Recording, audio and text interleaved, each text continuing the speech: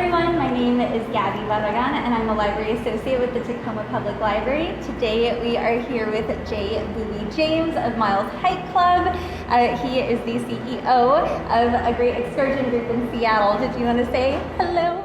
Yes. So excited to be here. Thank you, Gabby, for having me in the Tacoma Public Library. And thank you, Campfire Coffee, for hosting us. We are here at Campfire Coffee in the downtown of Tacoma, and they are an amazing Black-owned business that specializes in campfire roasted coffee. So definitely come down and give it a try if you get the chance. But today I asked Jay here if he'd be interested in talking a little bit about the outdoors and the great spaces that we have here in Washington to explore, but also the intersections of race and class and the accessibility to the outdoors. But before we dive into that, we're just going to talk a little bit about you first. Yeah, not a problem. And please, feel free to call me Booby. Oh, okay, for sure. We'll do Yes.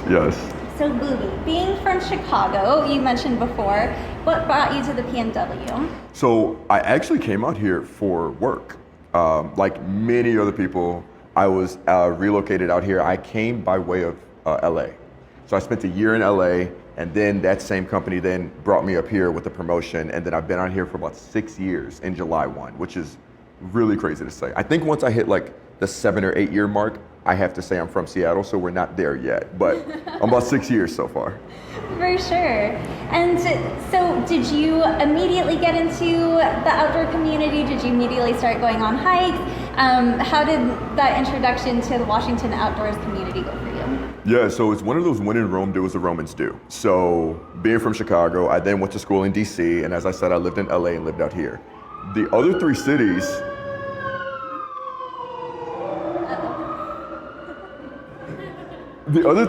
actually don't have mountains like this, right? But out here, hiking and nature is in the culture. For example, people wear hiking boots when they go to work and go to the grocery store, whereas the other city, they'll wear like Nikes and whatever. And so when I came out here, I've always been into fitness and athletics, and a good friend of mine said, hey, let's go on a hike. And I said, sure, why not? And I went on my first one, and I fell in love with it. And so then I started trying to go all the time. And I started trying to get different friend groups together to go hiking, and nobody wanted to go as much as I did. And so I found myself with like random people making different hiking groups. And then from there, a buddy of mine said, hey, you can get paid to do this. And that was a foreign concept to me altogether. Like, how could I get paid to do something as simple as this? So he said, don't worry about it. Go on Airbnb Experiences and create a page. And so I created a page in October of 2018. Airbnb got back to me and said, hey, we don't like anything about your page. Oh my goodness. Yeah. And so I didn't take it seriously to begin with, so I said, that's fine. They got back to me in November and said, congratulations, you're approved. And so we did our first hike actually on my sister's birthday, January 19th, 2019. That was actually just a coincidence.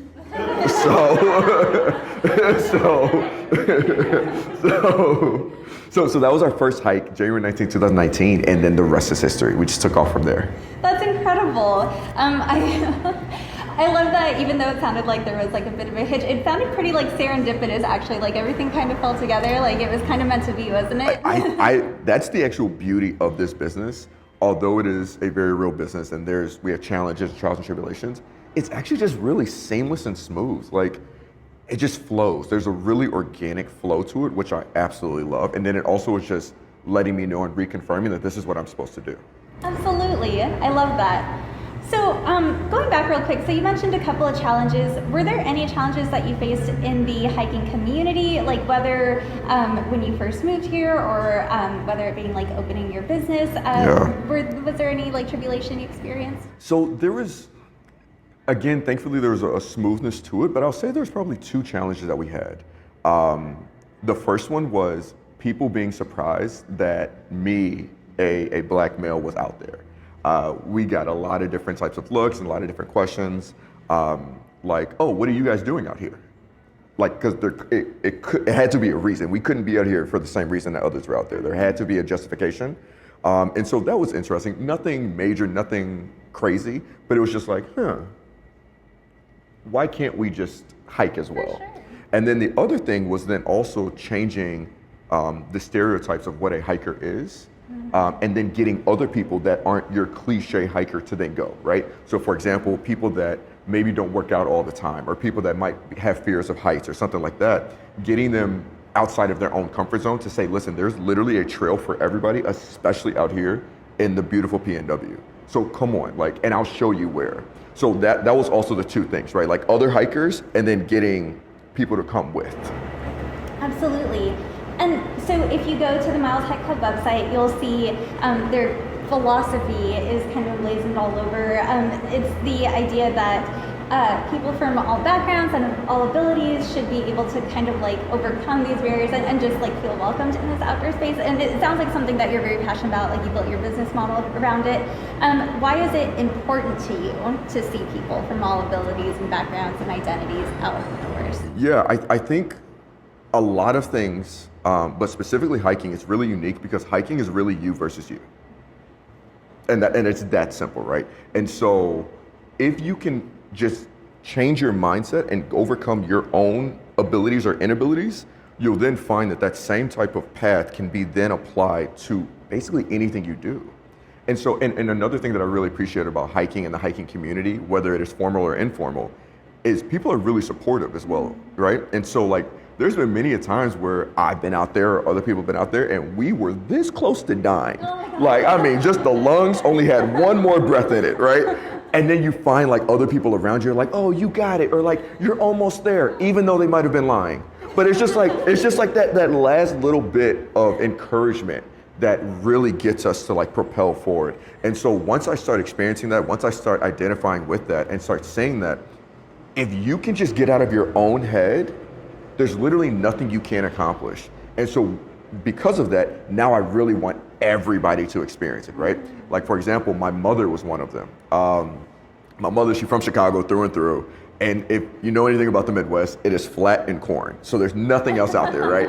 And so, and my mother works out, she's healthy and stuff, but it's different going on a mountain. It's different with some elevation. And so it was beautiful getting her out there because of course she supports her son and favorite child.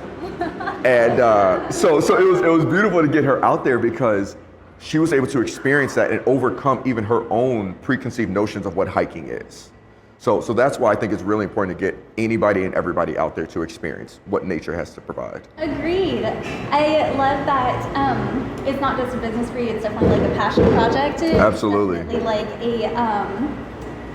it's definitely something that you enjoy and happen to have turned into a business. Absolutely. Absolutely. That being said, I know there are some like hurdles that can come with like starting a business. If you encounter any like challenges with running like this particular business model, or how is that in terms of like you got the philosophy down, but in terms of the business side, how did that go for you? So again, it's been really smooth. And I think one of the benefits of it is that I didn't know what I didn't know. And so I was out here just running and just doing things as I went, figuring things out. Like, I mean, look, even the way in which we got this banner, right? I was just like, I need a banner, and I just figured it out and did it. I have a lot of other really successful entrepreneurs that are in my friend group, and they have this philosophy that it can't be that hard, so figure it out. And once I changed my mindset to adapt to that, then it was like, okay, let's just figure it out. And so in terms of the hurdles, there hasn't been too many things from the business side, and that's like more of the philosophical aspect of it. But on a more tangible side, I will say one of the hurdles was transportation. So we provide transportation for anybody that books with us. And for the first couple years, we were renting a vehicle every time. Oh, wow. Now, that was sustainable. It was going okay, right? It was fine. And we also were getting like good discounts with the rental car companies because we were going there all the time. And then the great 2020 hit and they sold off all their fleet. Oh my goodness. And so then there was 2 times in a row where we went there and they had 55 reservations and 20 cars. And so thankfully, because we had preferential treatment, we were able to get a car. But it was at that point where literally that next day I went to the dealership and I bought a company car. And so that was a really beautiful moment because now we have a company car. It was a great investment. My employees absolutely love it, so they don't have to worry about anything. But then even with that, there's some limitations. The car can only sit 7 other people. And so you run through little things like that, right? And so at some point we will eventually expand to getting a Sprinter van and then getting multiple fleets and things like that. But I would say that's the other obstacle that we're just actively dealing with on a regular basis now. Absolutely. So definitely just like logistical challenges, things That's like it. that. But in terms of like support, you haven't really received like much, or I mean, you've received support and you haven't really like encountered challenges with like community. It sounds like you've had the support. Oh yeah, I have a lot of support, and the support really starts with my beautiful wife and my loving family, and then my friends as well. Like they just really support me and really encourage me to keep going, and then from there, the support from the community as well has just been absolutely beautiful, and a lot of people have opened up their doors, especially the good people at REI. I have a great relationship with them, and they're just really helping us move the needle forward, which is so important. Definitely. I love that. I love to hear that. Yes, yes. So I'm going to start to edging our way into some more, I guess, like more intense topics. Yeah. So I really wanted to talk to you about, like, as a Black-owned business, and you mentioned before that people were just kind of like surprised to see you like out on the trails, and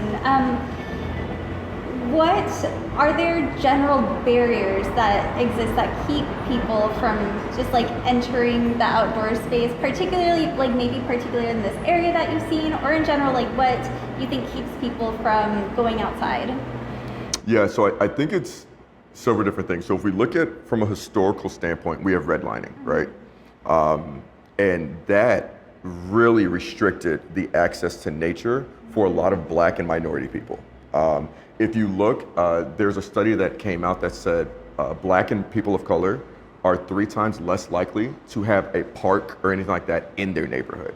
And so then if you think about it, if you don't have parks, then that means you don't have trees. So then now that we are in elements where the temperature is rising, now that means that on those streets in particular, the temperature is getting hotter. If the temperature is getting hotter, then that means that the roads are impacting more weather damage. If the roads are getting worse, then that means there are more potholes. If there's more potholes, that means there are cars. Do you see how it's just a ripple effect from one simple decision that was made, right? If you think some of the other barriers are just a lack of knowledge. And so there is some form of knowledge that needs to be had when it comes to hiking. And so, i.e., where do I go? How do I get there? What gear do I need, if any at all? And so from the terms of like looking up trails, there's a couple different websites that I really recommend. One of them is an app called All Trails. I highly recommend everybody download All Trails. It's a beautiful app where you can look up trails in your area, and it's nationwide. Another one is a little bit less known, and it's called Hiking with My Brother. It's 2 guys that they literally went all over the area, and they just labeled the trail. They labeled what you're going to see. They labeled elevation gain. They labeled everything you need to know. So that's another good one. And then WTA.org. That one's a super popular one out here. WashingtonTrailsAssociation.org. Those are 3 sites that I use, that I frequent when it comes to finding different trails to go to, right? But even that goes back to the lack of knowledge. How many people actually knew that? Right? Like if you're in the community, you know of those 3 things. But if you're not, then you just don't know. And I would think another barrier is transportation. Okay? So that's why we like to alleviate all of these things, or as many barriers as possible, from people. So that's why we provide transportation. Don't worry about it. Meet us in Seattle and we will get you to and from safely, right? And we just want to make sure that it's as accessible as possible. Absolutely. Speaking more to that accessibility, what makes for an accessible outdoor space, and kind of like who is it accessible to now, and like what could we do to be making it more accessible? You're already doing so much, supporting that equity by providing transportation from the inner city to the outdoors, but is there more that we could be doing at a like structural or institutional level to make things more accessible? Yeah, so I think one of your questions was, who is it accessible to now? If we were looking at a specific demographic of people, it is accessible to white people. That is who all these companies market towards. That is who typically people think about when they think about the outdoors. And so that is what it is most accessible to. How can we make it more accessible? Is really, one, marketing towards a broader demographic of people, so that we then began to change the ideologies behind hiking and hikers and what it means to be a hiker, right? And so if we change the marketing, then we can change the ideology. And if we change the ideology, then we start getting more people out there. Another way to make it more accessible is to showcase some of these other minority-owned businesses that are trying to get into the outdoor space as well. And then that way, it's really just a representation thing. Oh, if I see Booby hiking, then I can hike because Booby looks like me. And so I find, and that honestly is not just hiking, that whole ideology around representation, you can say that for any field that's around, right? But that really does help move the needle forward. Definitely. I would like to go back a little bit to one thing that you said, where currently right now, who the outdoors are being marketed to are white people. So do you think that stereotype is also a barrier? Like, for instance, people see that stereotype of what a hiker really is, and they think like, oh, well, I don't look like that. That can't be for me. Would you consider that a barrier as well? 1,000%. And that kind of goes to what I was alluding to earlier. Many times when I talk to Black, brown people of color, and I tell them that I have a hiking business, white people as well, but they're extremely shocked. But then when I try and tell them, hey, you should come hiking with me, oh, no, I don't do that, man. I don't do hiking. And the answer is always why? Because it's beautiful. And the healing natures that are out there, and the components that are just so beautiful when you get out into nature, and then the views that you see, and then also it's a workout, but it doesn't always have to be a workout, sure. Right? It's always like, well, why don't you? Oh, that's for other people. But why, right? And so really breaking down those stereotypes to get more people out there is really what I love doing, and that's really what you drive in our business. And then when you look at hiring practices, I'm really proud to say that we have a very diverse workforce that works for Mile High Club. We have a Black male, we have a Black female, we have an Asian male, we have a white male, we have several Black women behind the scenes as well. And so it's just a very diverse workforce because we wanted our business to represent what the outside looks like as well. Absolutely. And also too, I mean, you mentioned too that it's a workout and people might be afraid of that. Like, I think there might also be this idea that you have to be like rugged and start a campfire. Yeah, that's such a good point. And know how to punch a bear in the nose or something that's like that. That's such a good point. That's such a good point, right? And so you get into all the other stereotypes around it, exactly as you're saying, like, well, I don't have the gear to do it, right? Or I don't know how to run faster than a bear. Or like, if a cougar comes after me, like, I'm got. That's it, right? Right? Or like, if I get stuck out there, I don't know how to filter dirty water to make it clean. Like all of this stuff, and it's just like, man, just come walking. Like, let's just start there. Like just come walking. And so that's why when people book with us, we tell them, all I want you to bring is athletic wear and shoes that you're comfortable walking in that have good grip. That's at a very baseline. If you have more than that, that's amazing. But at a very basic level, just have comfortable clothes you can walk in and good shoes that aren't, gonna bang up your feet. Absolutely. I love that, and I love making that level of accessibility known, because I think too people are under the assumption that you have to have like this really cool, expensive gear, and we spoke about race, but there's also an intersection of class where people think that it's too expensive to be outdoorsy, and absolutely it's too expensive to go on a hike outdoors. Absolutely. And related to that, do you think that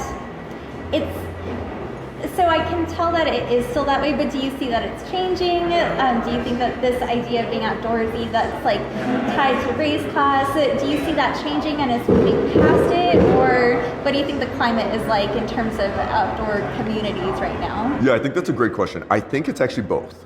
So it is very much so still the same in terms of demographics, target, who you see out there. But I will say that there's beginning to be a shift, and we're seeing more people of color out there. We're seeing more small Black businesses that are in the outdoor space, right? I want to give a special shout out to Siobhan Powell, who does Refuge Outdoor. It's a phenomenal program that she runs on an annual basis, and it's actually coming up in a couple months. But like, you just have a lot of other smaller Black businesses, and some that are really big, and some that are doing it on a national scale that are out there. And so I do think it's beginning to shift, and then even from just a natural way, not necessarily a business way, but more of like a hobby aspect. I'm seeing a lot more people getting out of nature and just being like, oh, you know, I'm gonna go on this walk, right? And so again, I think things are shifting, but we have a long way to go. Right. We have a very long way to go. Definitely. That being said, so you mentioned that there's a lot of amazing like Black-owned, like BIPOC owned businesses opening up, like making things more comfortable for people, more welcoming for minority hikers. What recommendations would you make for people of color who are looking into getting into, or in general, different abilities even, like getting interested in being part of the outdoor space and the outdoors community? Would it be just like finding those groups, or are there other recommendations that you think could be made? Yeah, so the first thing I would say is just do it, right? Just like Nike says, just do it. Just get out there, just figure it out, just go with some people, right? I think one of the barriers on the other side, to go back to a previous question, along that ties into just doing it though, is the idea that a lot of minority people don't necessarily feel safe being in the outdoors. And so then one of the barriers that they may find is getting enough people to go with them, right? And so that is a barrier, but I highly recommend, especially in an area like now, to find those groups, right? Find those Facebook groups, find those colleagues. It doesn't have to be a group of all minorities. Tag on with other people, right? But I just recommend get into those spaces and try and go. And even if you just do it once, right? Like my brother-in-law, he did a hike with me in San Diego. And was he mad at me for doing it? Absolutely, because he kind of got tricked into it. But he did it. And I will say for him, because he doesn't have the mic, he had an amazing time. He had an amazing time, right? So just do it, just get out there and just really find your niche and find the hike that's good for you, right? Again, there's thousands of them. And so do a little research on the 3 sites that I said earlier. Find one that isn't that long when it comes to mileage, or find one that doesn't have that much elevation gain or something like that, and figure it out. A quick tip, if you're considering how long you're gonna be outside, is the average walking pace is about 30 minutes per mile.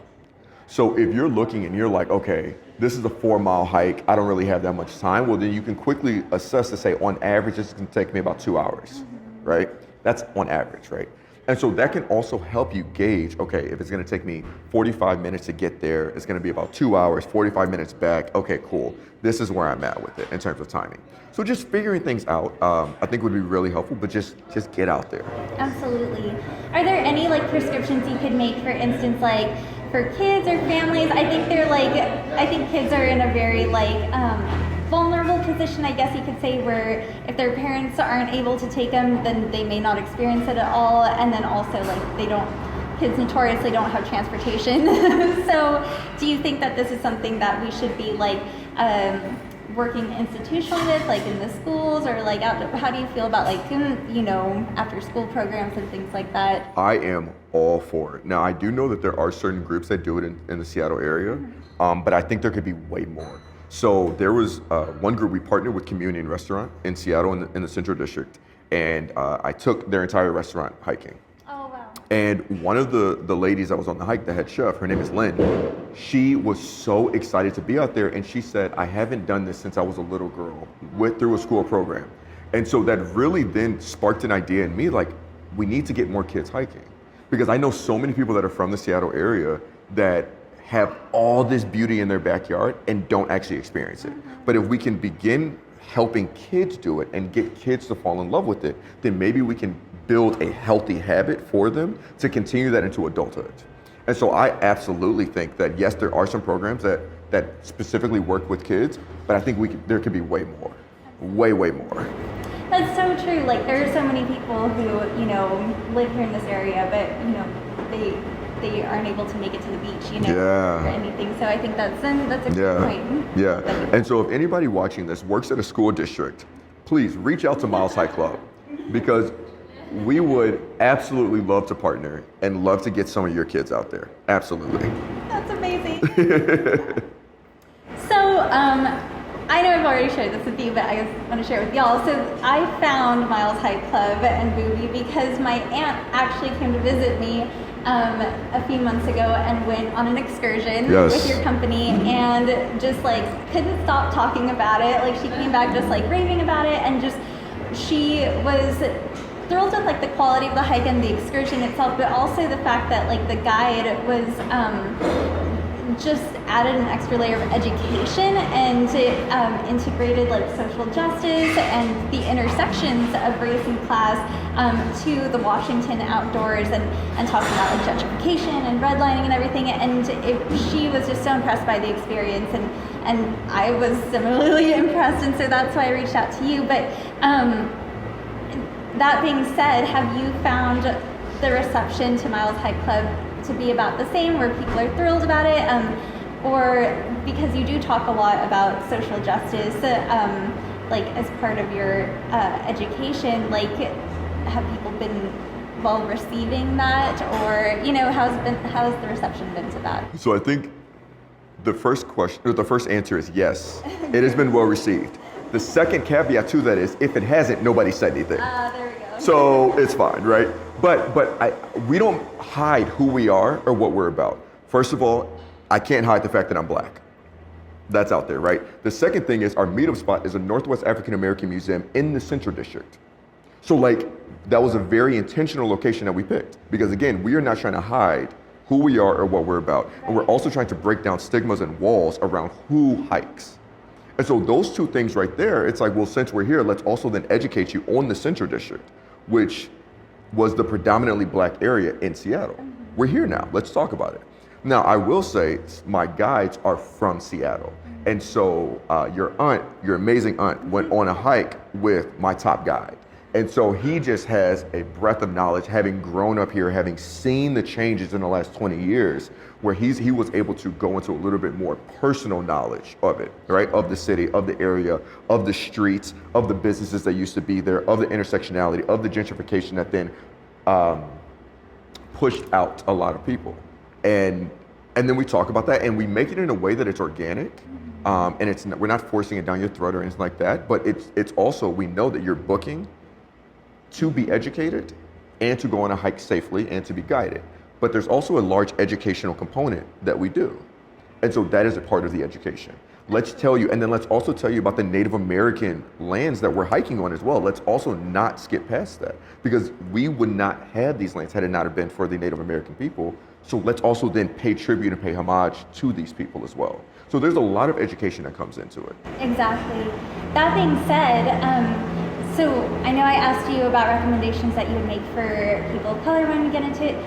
Do you have any prescriptions for white people who already exist in these outdoor spaces, and just being cognizant of the land that they're on and like the boundaries that people face to be able to get to the space that they're at?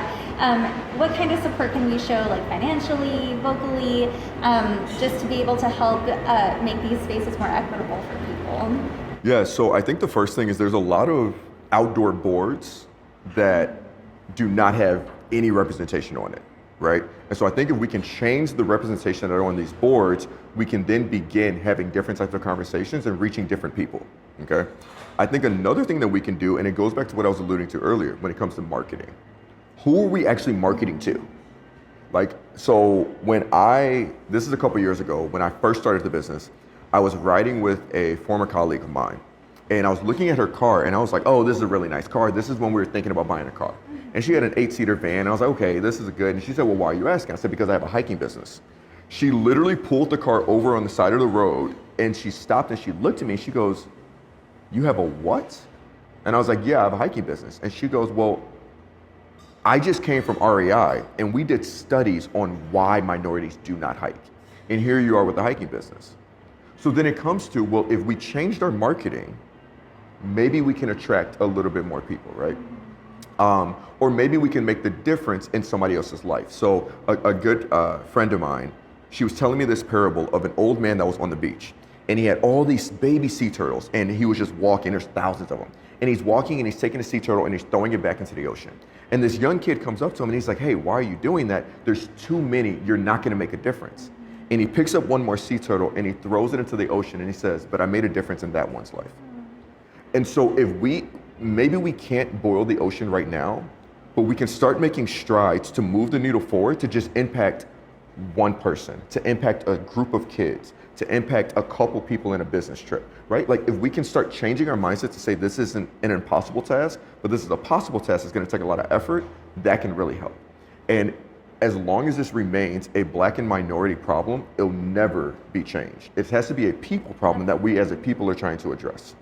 When we look at the finances of it, a lot of these businesses are small businesses who can always use money. So if we can just give donations or give mentorship, that's also a thing that a lot of small businesses don't have. They don't have mentorship, right? So if we can give some type of mentorship to say, okay, cool, these are the obstacles I went through. Let me help you go through yours because I've already been there. That's another really big thing that could help that a lot of our white counterparts can assist Black and brown people with. Right. And then getting into the school system. That's also another thing that we touched on earlier. Right, absolutely. And that's a whole other can of worms, huh? Yeah. Well, thank you so much for that and for breaking that down, because I think, I mean, on top of the fact of people being made aware of the fact that there's even inequity in the outdoors, I don't think many people realize, like they just think, oh, it's the outside, everyone can access Absolutely. Can go outside, when that's not really the case. It's not the case. But beyond that, like thank you for giving that responsive, like concrete steps that we can take for those who want to take the next step. Absolutely. It also sounded like a little bit like you had some ideas like bubbling in that answer. Like, do you have any ideas for the future of Miles Hike Club and where you want to go with the direction of your business? Absolutely. So one thing that we are really trying to look into is how do we get into different school systems, because I'm really passionate about getting kids out there. And so we're in talk with some people that are in districts and just trying to figure out what does that look like? What is the curriculum that we're building out? Because I'm not a teacher, nor is that my background. So that's a whole other idea of like building out a legitimate curriculum for kids. So building that out, what does that look like to take these kids out? What is the program going to be? So that's one thing that we're really passionate about that we're working towards right now. Another thing in the more longer term is we would love to franchise and get into other cities, because Seattle is not the only place with mountains, right? But we also know that we offer a unique perspective and a unique proposition that people really like and people have really been enjoying. And so now, how can we get that out? How can we make that broader so that more people can experience that in a safe and comfortable way? And so that's the next step that's gonna be in a little bit longer term. Absolutely. That's so exciting. Yes. I can't wait to hear more about that. Yes. Well, I was wondering, would you have time for us to take a couple of questions before we go? If anyone has questions, if anyone's interested in Absolutely. some thoughts that we mentioned earlier.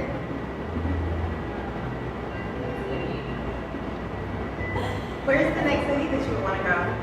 Colorado. Colorado would be awesome to go to next. So that's one. I think we could do a lot in LA, even though LA's not, the mountains in LA are different than the mountains out here. And so that would be fun to do. And I think there's a really large market to do it out there as well. But Colorado would be top of the list. How old is the oldest person you've taken hiking? Yes, so that's a great question from my lovely wife. So the oldest person that we took hiking was actually 75. And they did an amazing job on that hike. So there's no age limit to what we do. When you book with us, we ask you a series of questions. What is your athletic ability on a scale of 1 to 5? What is your cardio ability? What is your hiking experience like? And then what is your viewing preference between mountains, waterfalls, and lakes? From there, we curate, okay, based on what they said, this is the aggregate for the group, and this is a good trail. We do that because one, we're making sure that we get you what you like. And then also we keep our guides engaged by not going to the same trail every single time. And so we never ask age because that actually doesn't matter. I know people that are significantly older than me that are in much better shape than me, right? So the 75-year-old was the oldest person and she did phenomenal, absolutely phenomenal. That's amazing. I love that. And so when you say all abilities, you mean all abilities? I mean, very literally all abilities. All abilities. all abilities, absolutely. That's amazing. Yes. Well, thank you so much for being here with us. Thank you for having the me. Tacoma Public Library thanks you. I Yes, thank you. yes, thank you. So, if we want to give a round of applause for Booby and the Miles Podcast. Thank you. And then also an applause for the Henrys and the wonderful people here at Campfire Coffee. Yes, thank you. Thank you. Thank you all so much for joining us. I hope you enjoyed this talk. And we have some literature up front. We have business cards for Mile Hike Club. We have some literature for our summer reading program at Tacoma Public Library. And also talking a little bit more about making things accessible for the outdoors. We actually offer Discover passes, Washington Discover passes that you can get for free with your library card at the Tacoma Public Library system. So we have some information there and on our website as well for those who are watching. Yes. Thank you so much. Thank you.